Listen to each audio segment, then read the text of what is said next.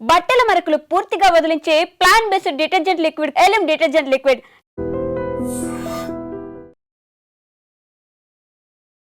అమ్మా ఎప్పుడు మాట్లాడేది స్వేచ్ఛ? నా పండు నిన్న మాట్లాడింది. నా పండు తర్వాత ఫోన్ చేస్తా అన్నది. నా తల్లి మళ్ళీ ఫోన్ చేయలేదు. నా తల్లి నేను చేస్తే ఫోన్ ఎత్తలేదు. నా తల్లి నా కుంక నా కోడే నువ్వేడ కనపడతావు రో. ఏ చెట్ల పండు చూడాలి రో, ఏ గుట్టల పండు చూడాలి రో. నా గుండె వలిగిపోతుందిరా.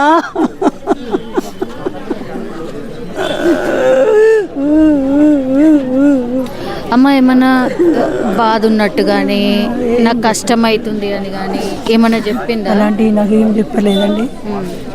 రోజు జాబ్ పోతుందా? రోజు పోతుంది. ఆ రోజు కూడా పోయిందా? నేను ఫోన్ చేసినప్పుడు ఆఫీస్లో వచ్చిన తర్వాత ఫోన్ చేస్తే అక్క అన్నాడు. సరే అన్న. నైట్ అయింది, నేను చేస్తే ఎత్తలేదు. ఎత్తకుంటే అలిగింది అనుకున్నా నేను.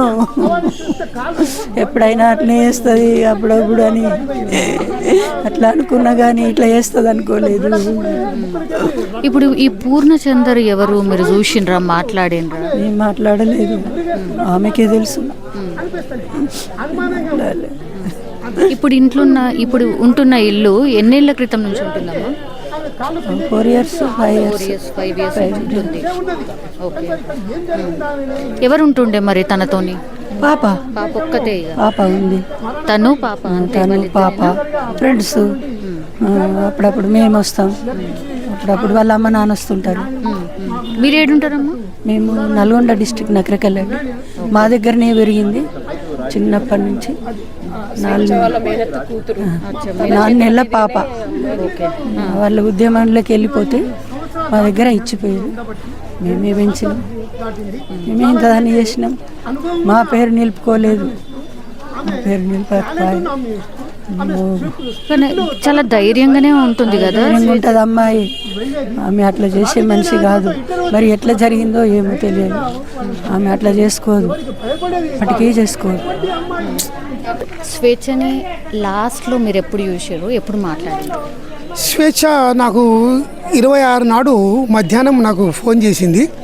నాన్న పూర్ణచంద్ర నేను విడిపోతున్నాము, నువ్వు వెంటనే వచ్చి మాట్లాడాలి నాన్న అని నాకు మధ్యాహ్నం ఫోన్ చేసింది. 26 నాడు మధ్యాహ్నం. నేను మీటింగ్లో ఉండింటి. కొద్ది నిమిషాలు ఆగుబెట్ట, నేను మీటింగ్ అయిపోగానే నేను వచ్చేస్తాను అని అంటే మళ్ళీ ఫోన్ చేసి లేదు నాన్న నువ్వు వెంటనే రావాలా అనే వరకు నేను వెంటనే ఇంటికి పరిగెత్తి వరకు ఏంటంటే నాన్న నేను డ్యూటీకి పోవాలా, నువ్వు పూర్ణచంద్రతో మాట్లాడు అని అంటే వద్దు బేట, నువ్వు ఉండాలా, నువ్వు లేకుండా నేను మాట్లాడను, నేను సింగిల్గా మాట్లాడా, ఉండు బేట నేను వచ్చేస్తున్నా ఉండు అని అంటే ఉన్న తర్వాత ఇంటికి వెళ్ళిన తర్వాత నా కూతురుతో సపరేట్గా మాట్లాడాను. ఏంటమ్మా ఏముందంటే నాన్న గొడవలు అవుతున్నాయి బాగా, ఇక మేము కలిసి ఉండలేము, నేనైతే కలిసి ఉండలేను, నేను ఖరాఖండిగా చెప్తున్నా, నువ్వు ఆయనతో మాట్లాడేటప్పుడు మళ్ళీ కలిసి ఉండేటట్టు మాత్రం నువ్వు మాట్లాడద్దు నాన్న అని చెప్పేసింది. చెప్పగానే తర్వాత బయట వచ్చి ఆయన పూర్ణచంద్రరావు బయట ఉన్నాడు. బయటకు వచ్చేసి బయట కూర్చొని మాట్లాడుతున్నాము. ఇక మేము పూర్ణచంద్ర ఎంబడ ఆయన ఫ్రెండ్ ఉన్నాడు, ఆయన పేరు నాకు తెలియదు.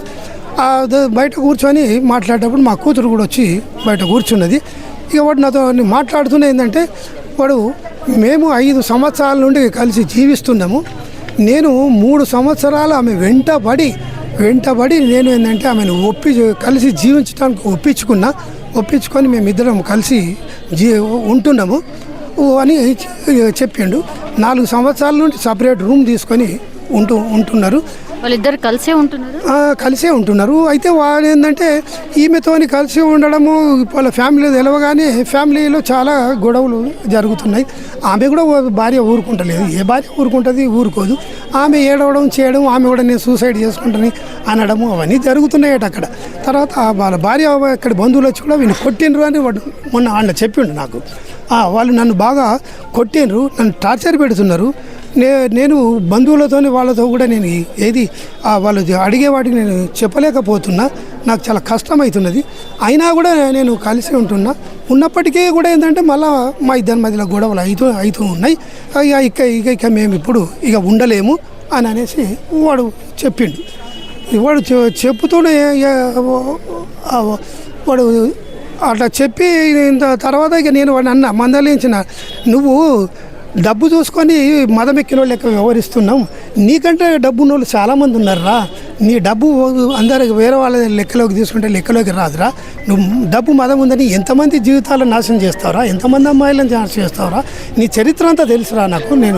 కానీ నేను మాట్లాడుతున్నట్టు నా కూతురు వద్దన్నది. నువ్వు మాట్లాడుతుంటే నాన్న నేను చనిపోతాను అని అన్నుంటే నేను ఆగినాము. అంటే మన స్వేచ్ఛకి 2 మ్యారేజెస్. అవును, ఫస్ట్ ఒక మ్యారేజ్ అయింది.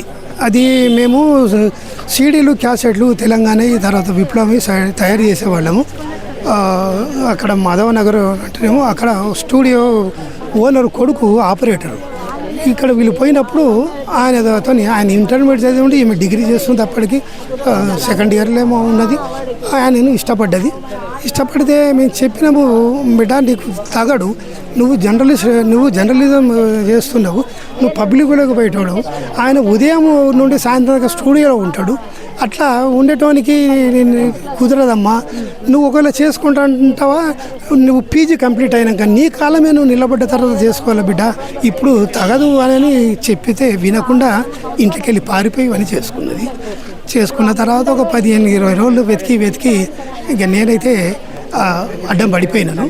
ఇక తర్వాత అడ్రస్ తెలిస్తే నేనే రప్పించేసాను.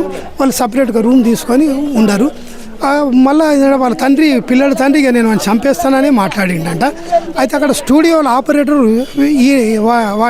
వాడు లేకుండా స్టూడియో నడవదు. స్టూడియో మూతపడితే మళ్ళీ తండ్రి వాడు నా ఇంటికి రావద్దు కానీ స్టూడియోకి వస్తే నేను వాడికి జీతం ఇస్తా అని అంటే, మరి పోవన్నా మామయ్య అని అంటే పో అని చెప్పినాం. ఎందుకంటే రిలేషన్ అవుతుంది, పెరుగుతుంది, పో అని అంటే అట్లా కొంతకాలం పోయిండు. వాడు స్టూడియోకి పోతుండే, మా కూతురు ఏమో ఇది కాలేజీకి పోతుండే. అట్లా కొన్ని రోజులు గడిచిన తర్వాత వాడే మొదలు పెట్టిండంటే, ఇక నువ్వు పంజాబ్ డ్రెస్సులు వేసుకోవద్దు, నువ్వు బయట తిరగద్దు, నువ్వు ఇంట్లోనే ఉండాలా, నేను సంపాదిస్తున్నా కదా అని చెప్పేసి వాడు ఈ విధంగా వేధింపులు మొదలుపెట్టిండు. అట్లా వేధింపులు పెట్టే వరకు ఇద్దరి మధ్య మనస్పర్ధలు వచ్చినాయి. ఆమె ఏంటంటే చాలా టార్చర్ అయింది వాడి వేధింపులకు. ఏం చేస్తాడో రాత్రి కూడా భయపడుతూ కాలం గడిపింది. మాతో చెప్పలేదు, ఎందుకంటే ఎదిరిచ్చిపోయింది కదా, ఏం చెప్పుకోవాలనేది మాతో చెప్పలేదు. కొన్ని రోజులకు వాడేందంటే, మామయ్య మీ బిడ్డ నాతో చక్కగా ఉండలేదు అని చెప్పితే అప్పుడు ఏం జరిగిందంటే ఆమె అనుభవించిన నరకం అంతా కూడా చెప్పేసింది. చెప్పడంతో ఇక ఉండే లాభం లేదు, విడాకులు తీసుకుంటానంటూ తీసేసుకొని చట్టబద్ధంగా విడాకులు తీసుకున్నాం. అయిన తర్వాత మళ్ళా ఇది వనితా ఛానల్లో పనిచేసింది. అదే ఛానల్లో క్రాంతి కిరణ్ అంటే ఆయన అందులోనే పనిచేసాడు. అక్కడ వాళ్ళిద్దరికి మళ్ళీ ఇష్టపడేది ఏంటంటే, మళ్ళీ మేము మీ అమ్మ నాయనలు అడుగుతాము అని చెప్పేసి వాళ్ళ అమ్మ నాయనలు అడుగుతాం. వాళ్ళు కూడా ఒప్పుకున్నారు. వాళ్ళది మహబూబాబాద్. ఒప్పుకున్న తర్వాత సింపుల్గా మహబూబాబాద్లోనే మ్యారేజ్ అయింది. మ్యారేజ్ అయిన తర్వాత సపరేట్గా రూమ్ తీసుకొని ఉన్నారు. పాప పుట్టింది. పుట్టిన తర్వాత ఇక మళ్ళీ వాళ్ళకు చిన్న గొడవలు. ఇక ఆయన కొంచెం షార్ట్ టెంపర్ మనిషి. ఒకసారి 2 సార్లు కొడితే చెవులకెళ్ళి రక్తం వచ్చింది. ఆడుకున్నాడు. వాడి మూలంగానే మా కూతురు చచ్చింది. వాడిని ఖచ్చితంగా ఏంటంటే ఇది ఇన్వెస్టిగేషన్ చేసి చట్టబద్ధంగా శిక్షించాలనే డిమాండ్తోనే మేము. స్వేచ్ఛ ఫోన్లో ఏముండొచ్చు సార్? ఫోన్లో ఏమో వాడితో కలిసి తిరిగినాయి. జస్ట్ ఒక 5 days బిఫోరే వాళ్ళు టూర్కి వెళ్ళి వచ్చిండ్రు. వాడు ఖానాపూర్లో విల్లా కడుతున్నాడంట. ఆ విల్లాలో చెట్లు కొరకు నాటడానికి కొరకు మా కూతురు వాడు తర్వాత వాడి ఫ్రెండ్స్ ఇద్దరు కలిసి 4 పోయి 4 రోజులు పోయి మొక్కలన్నీ ఏదో పరిచయం చేసుకొని వచ్చిండ్రు. వచ్చిన 2 రోజులకే ఇది జరిగింది అన్నట్టు. అట్లా దానికి ఏమనుకున్నామో అలా ఆమె అక్కడికి ఫోటోలు పెట్టింది. వచ్చిన తర్వాత కూడా ఏంటంటే నేను హ్యాపీగానే ఉన్నా అని చెప్పినట్టు మరి మా భార్యతో చెప్పిందో ఎవరితో అట్లా కూడా చెప్పింది అన్నట్టు. అట్లా అది అట్లా ఇది జరిగింది. అట్లా ఇక ఇప్పుడు పూర్ణచందర్ ఏడున్నాడో చెప్పిరా పోలీసు? పూర్ణచందర్ కొరకు వాళ్ళు పోలీసులు అడిగాము. రాత్రే మేము ఇంటికి వెళ్ళాము. ఇంటికి వెళ్తే ఇంటికి మొత్తం తాళం వేసి వెళ్ళిపోయారు. వాడు ఇప్పుడు ఎక్కడ ఉండో తెలియదు. ఖచ్చితంగా వెతికి పట్టుకుంటాము అని ఉదయం మాకు చెప్పారు. వాళ్ళు ఎక్కడ ఉంటారు సార్ పూర్ణచంద్ర? వాడు ఎక్కడికి వెళ్ళి ఇప్పుడు తల దాచుకున్నాడో తెలియదు. వాడు అసలు ఉండడం ఎక్కడ ఉంటాడు? ఇక్కడ వాడు ఉండడం ఇక్కడ ఉప్పల్లో ఉంటాడు. ఉప్పల్లో సొంత ఇల్లు ఉన్నది. భార్య, పిల్లలు, తల్లి ఇక్కడ ఉప్పల్లోనే ఉంటారంటారు. తండ్రి వేరే దగ్గరే ఉద్యోగం చేస్తాడు. పోరాటాల కుటుంబం నుంచి వచ్చినటువంటి స్వేచ్ఛ చిన్ననాటి నుండే అనేక సమస్యలను ధైర్యంగా ఎదుర్కొని దాదాపు 18 సంవత్సరాల జర్నలిజంలో నిష్పక్షపాతంగా ఎన్నో వెలుగు తీయడం, ఎవరైనా అధైర్యపడితే దగ్గరుండి ధైర్యం చెప్పినటువంటి స్వేచ్ఛ. మరి ఆమె ఈరోజు ఇలా ఆత్మహత్యకు పాల్పడడం అనేది చాలా దురదృష్టకరం. ఇలాంటి సంఘటనలు మళ్ళీ పునరావృతం కాకుండా ఖచ్చితంగా మహిళలకు ధైర్యం చెప్పేటట్లు, ఒక భరోసా ఇచ్చేటట్లు, సమస్య ఏదైనా సరే ధైర్యంగా ఎదుర్కొనేటట్లు మరి అందరూ కూడా కల్పించాల్సిన అవసరం ఉంది. ఒక సమాజంలో స్ఫూర్తినిచ్చేటువంటిది స్వేచ్ఛ. ఈరోజు ఈ స్థితికి రావడానికి గల కారణాలు అయితే మనం వెలికి తీసుకోవాలి. నేనైతే నా చేతిలో పెరిగినటువంటి బిడ్డ దూరమైంది అని అంటే నేను నమ్మలేని పరిస్థితిలో ఉన్నాను. మేమంతా కూడా స్వేచ్ఛ వల్ల అమ్మ నాన్న మేమంతా కూడా ప్రజా సమస్యల పరిష్కారం కోసం ప్రజలలో ఉండి పనిచేసినటువంటి ఒక సామాజిక కోణం నుంచి వచ్చినటువంటి వాళ్ళం. ఆ కుటుంబం నుంచి వచ్చినటువంటి స్వేచ్ఛ చాలా ఇన్స్పైర్ సమాజానికి. ఆమె మాట్లాడే ప్రతి మాట కానీ, ఆమె రాసే ప్రతి రాత కానీ ప్రతిదీ కూడా సమాజానికి, అదేవిధంగా మహిళల్ని ఇన్స్పైర్ చేసేటువంటిది, మహిళల్ని ప్రభావితం చేసేదిగా ఉంటుంది. అట్లాంటి స్వేచ్ఛ ఈ మధ్యలో ఈ రకంగా చనిపోవడానికి అంటే ఎన్నో బలమైనటువంటి కారణాలు ఉంటే తప్ప ఆ స్థితికి పోదు. ఎందుకంటే చాలామంది మహిళలకు ధైర్యాన్ని ఇచ్చేటువంటి అమ్మాయి మేము ఊహించలేకపోతున్నాం. కాబట్టి ఈమె చావుకు కారణమైనటువంటి కారణాలు ఏవైనా అవి వెలికి తీసి భవిష్యత్తులో ఇట్లాంటి సంఘటనలు జరగకుండా ఖచ్చితంగా చర్యలు తీసుకోవాలి, విచారణ జరపాలని చెప్పేసి నేను కోరుతున్నాను. మరణం వెనుక ఏదో జరిగిందని తప్పకుండా ఆ మరణం వెనుక ఏముందో శోధించాలి, తీయాలి.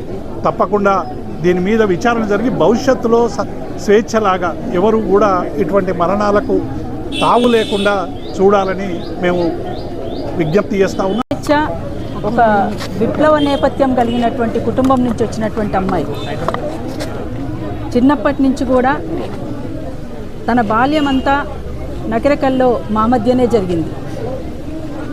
మేము రెగ్యులర్గా కలిసేవాళ్ళం. ఆ తర్వాత పై చదువులకు హైదరాబాద్కి వచ్చిన తర్వాత ఆ చదువుల తర్వాత టీవీలో యాంకర్గానో, న్యూస్ రీడర్గా, ఆ తర్వాత రైటర్గా అట్లా తన ప్రస్థానం అంతా కొనసాగింది. తను వాస్తవంగా చాలా ధైర్యవంతురాలు. స్వేచ్ఛ మరణం నిజంగా ఇప్పటికీ కూడా మాకెవరికి మింగుడు పడడం లేదు. ఈరోజు ఒక్క మాటలో చెప్పాలంటే అమ్మాయిల యొక్క బలవన్మరణాలన్నీ కూడా ఆత్మహత్యలు అనేకంటే హత్యలుగానే మనం చూడాల్సినటువంటి అవసరం ఉన్నది. ఇవాళ స్వేచ్ఛ ఇట్లా కావడానికి గల కారణాలు ఏ ఉన్నప్పటికీ కూడా వాటిని వెలికి తీయాల్సినటువంటి అవసరం ఉన్నది. ఆ పూర్ణచందర్ అనేటువంటి వ్యక్తికి కఠినమైనటువంటి శిక్ష కూడా పడాల్సినటువంటి అవసరం ఉన్నది. అట్లనే మరొక స్వేచ్ఛలాగా మరొక చావు అనేటువంటిది కనబడకుండా ఉండే విధంగా ఒక సామాజిక బాధ్యతగా ప్రతి ఒక్కరు కూడా ఆలోచించాల్సినటువంటి అవసరం ఉంది. ఈ సమాజంలో నెలకొన్నటువంటి ఈ పరిస్థితుల మూలంగా స్వేచ్ఛ మీద కూడా ప్రభావితమైనటువంటి పరిస్థితులు కూడా ఉన్నాయి. వాస్తవానికి స్వేచ్ఛ పిరికిది కాదు, ఆత్మహత్య చేసుకునేంత పిరికిదైతే కాదు. అందుకనే మాకందరికీ కూడా ఏ ఒక్కరికి ఒక్క మాట, మాకెవరికి ఒక్క మాట చెప్పుకున్నా దానికి సంబంధించినటువంటి అంశంలో ఎవరమైనా సరే చావకుండా ఆపగలిగేటువంటి అవకాశం ఉండేదేమో అనేటువంటిది మాకందరికీ అనిపిస్తున్నటువంటిది. ఎందుకంటే మా చేతుల మీద పెరిగినటువంటి అమ్మాయి ఇవాళ విగత జీవిగా సరే సహజ మరణం అనేటువంటిది ఎవరికైనా సహజమే, కానీ ఇది ఒక బలవన్మరణం. ఇది ఇట్లాంటి మరణాలు మరొక అమ్మాయికి రాకుండా ఉండాల్సినటువంటి అవసరం ఉంటుంది. ఆ రకంగా ప్రభుత్వం కూడా చర్యలు తీసుకోవాల్సినటువంటి అవసరం ఉంటుందని మేము కోరుతాము.